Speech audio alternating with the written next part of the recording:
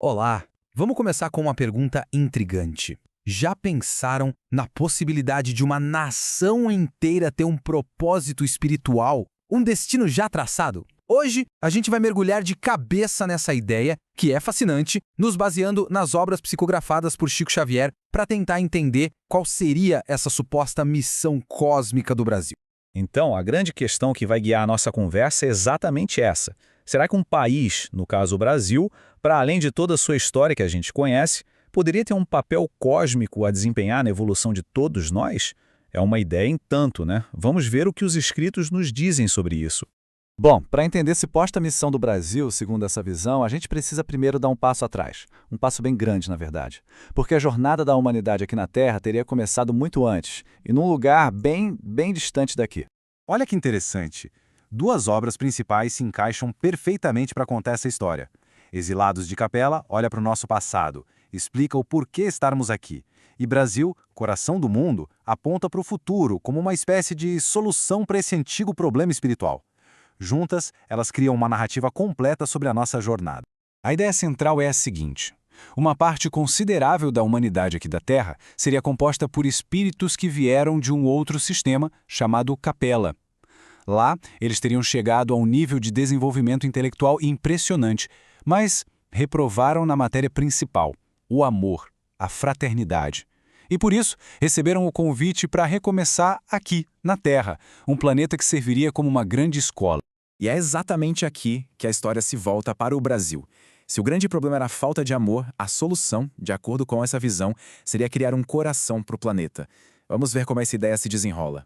O conceito-chave para entender isso é o de pátria do evangelho. A missão do Brasil, então, não seria ter o maior exército ou economia mais forte. Seria uma missão de sentimento. A ideia era que o país funcionasse como um grande farol de fraternidade, de união, um lugar para curar as feridas do egoísmo que marcaram a nossa origem lá atrás. E essa missão se divide em vários papéis simbólicos, um mais bonito que o outro. O Brasil seria o coração do mundo, bombeando amor. Seria um hospital espiritual, para acolher quem está ferido na alma. Uma escola, para a gente finalmente aprender a viver como irmãos. E um laboratório social, para provar que gente de tudo que é canto pode sim viver em paz.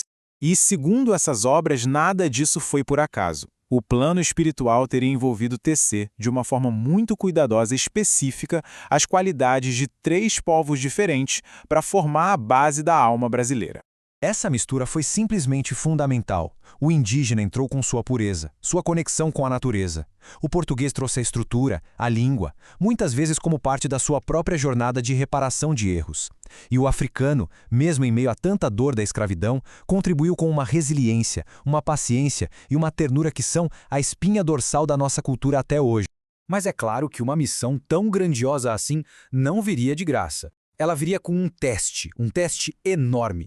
O país, e na verdade o mundo todo, se encontra hoje numa grande encruzilhada, dividido entre esse chamado espiritual e as tentações do egoísmo de sempre. E essa encruzilhada aparece na forma de 2 caminhos bem claros. De um lado, a vibração do passado, a mesma de Capela, egoísmo, briga, a fé usada como comércio. Do outro lado, a vibração do futuro da Terra, solidariedade, empatia, caridade de verdade e respeito pelas diferenças. A escolha entre um e outro é o que define o nosso futuro.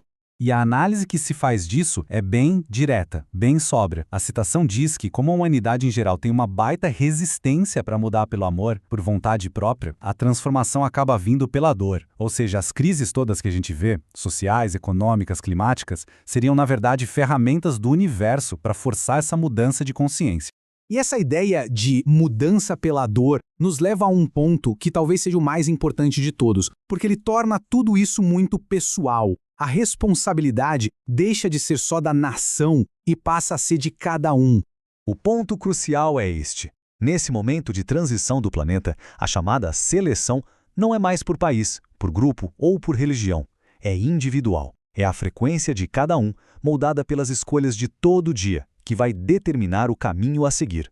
Não importa onde a pessoa nasceu, a sintonia é pessoal.